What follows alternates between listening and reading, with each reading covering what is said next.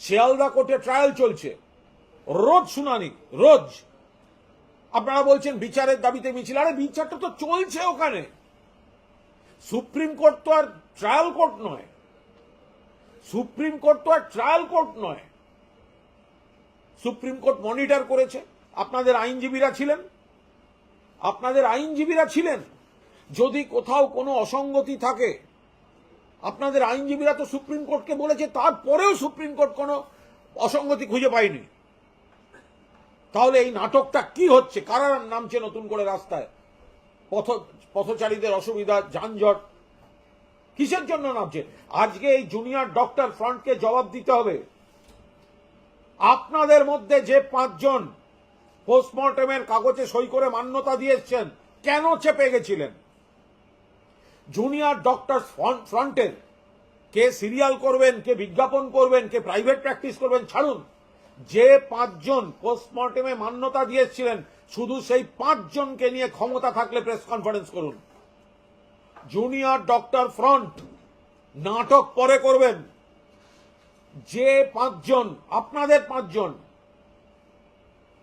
অভয়ার পোস্টমর্টেমে সই করে মান্যতা দিয়ে এসছেন, সব ঠিকঠাক আছে, শুধু সেই 5 জনকে দিয়ে প্রেস কনফারেন্স করান দেখি। শুধু সেই 5 জন,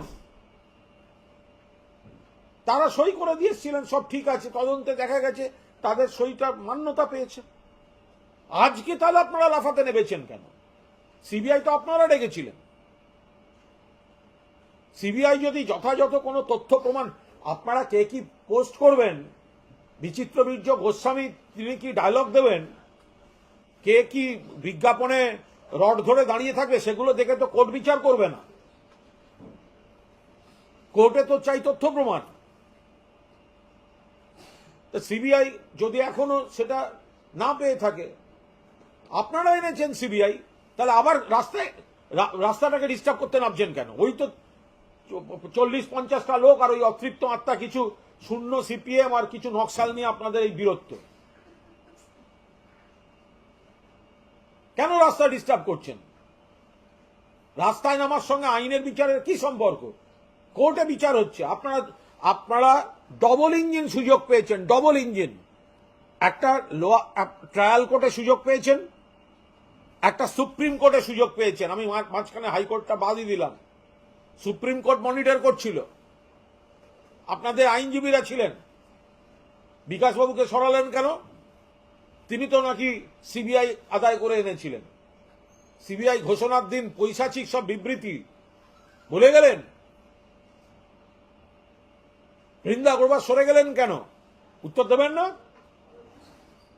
সুপ্রিম কোর্টে আপনাদের লয়াররা তো সমস্ত রকম সংশয়, কোথাও কোনো অসঙ্গতি থাকলে বলার সুযোগ পেয়েছে, বলেছে।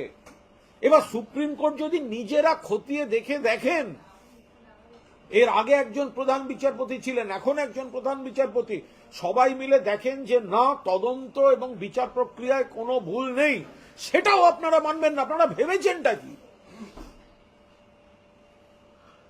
আপনারা যে কোনো মূল্যে কলকাতার রাস্তায় পশ্চিমবঙ্গ সরকার বিরোধী কুৎসা করতে চাইছেন। মানুষ বিচার করবেন? ও একটা ব্যক্তিগত স্বার্থের ধান্দাবাজ, ডাক্তারদের গোষ্ঠীবাজি। এই জুনিয়র ডক্টর ফ্রন্ট কোথায় থাকে? যখন আপনারা সরকারি হাসপাতালে কর্মবিরতি করেছেন আর প্রাইভেটে গিয়ে রোগী দেখেছেন, স্বাস্থ্যসাথী কার্ড দিয়ে কয়েকশো কোটি টাকা সরকারের চলে গেছে, তার ভাগ আপনারাও পেয়েছেন। কোথায় ছিলেন তখন? এই দ্বিচারিতা কেন হয়েছিল? কেন হয়েছিল? আমরা তো সরকারকে বারবার বলছি,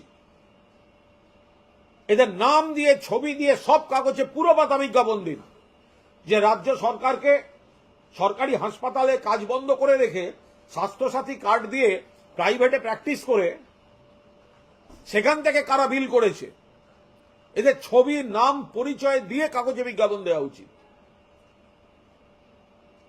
কিসের জন্য? আইনে যেখানে ব্যবস্থা চলছে, ট্রায়াল চলছে। আর একটা জিনিস, আইন অনুযায়ী সিবিআই এর পরেও অ্যাডিশনাল চার্জশিট দিতে পারে, সাপ্লিমেন্টারি চার্জশিট দিতে পারে। কিন্তু এই যে ডেইলি শুনানিটা চলছে, এটা ভালো করে শুনুন।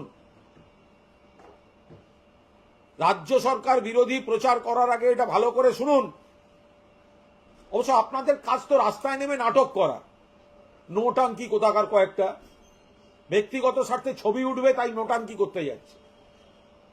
রাজ্য সরকার এর সঙ্গে কোনো সম্পর্ক নেই।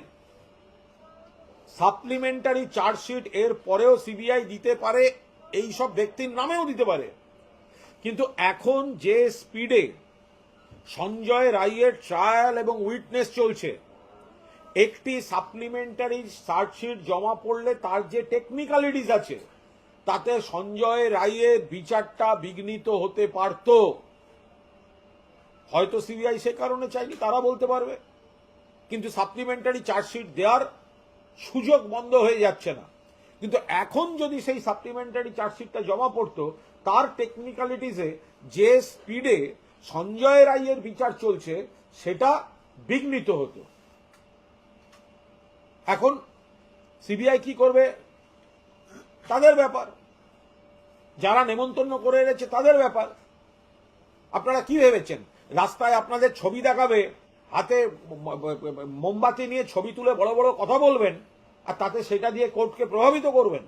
আপনাদের যাদের মনে হবে আপনাদের শত্রু বা আপনাদের টার্গেট রাজনৈতিক, তাদেরকে ধরে না আনা পর্যন্ত আপনাদের কোনো তদন্ত আপনারা মানবেন না? হতে পারে নাকি কখনো? সুপ্রিম কোর্টকেও মানবেন না, সিবিআই কেও মানবেন না, তাহলে কাকে মানবেন? এ তো আদালত অবমাননার দিকে যাচ্ছে এরা। আমি মিডিয়াকে অনুরোধ করব, একতরফা দেখাচ্ছেন দেখান কিছু কিছু মিডিয়া, কিন্তু আদালতকে অমান্য করার ট্রেন্ড কিন্তু আপনারা তৈরি করছেন। আদালতকে অমান্য করার ট্রেন্ড কিন্তু একাংশের মিডিয়া তৈরি করছেন, এবং আপনারা একতরফা দেখাচ্ছেন, তাদের কোনো কাউন্টার যুক্তি আপনারা দেখাচ্ছেন না।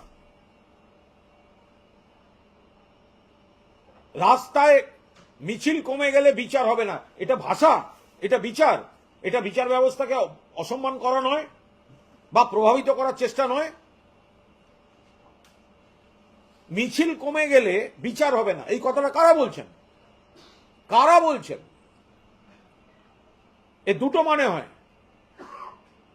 বিচারে অনাস্থা, দুই বিচারকে প্রভাবিত করার চেষ্টা। কারা বলছে এসব?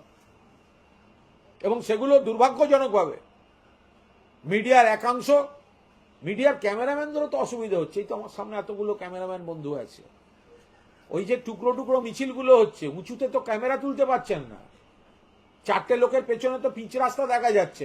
নামিয়ে রাখো ক্যামেরা, নামিয়ে রাখো। টক ব্যাকে প্রডিউসার বলবে নামাও নামাও, রাস্তা দেখা যাচ্ছে, শুধু ব্যানার আর 6টা মুখ দেখাতে হবে। মিছিল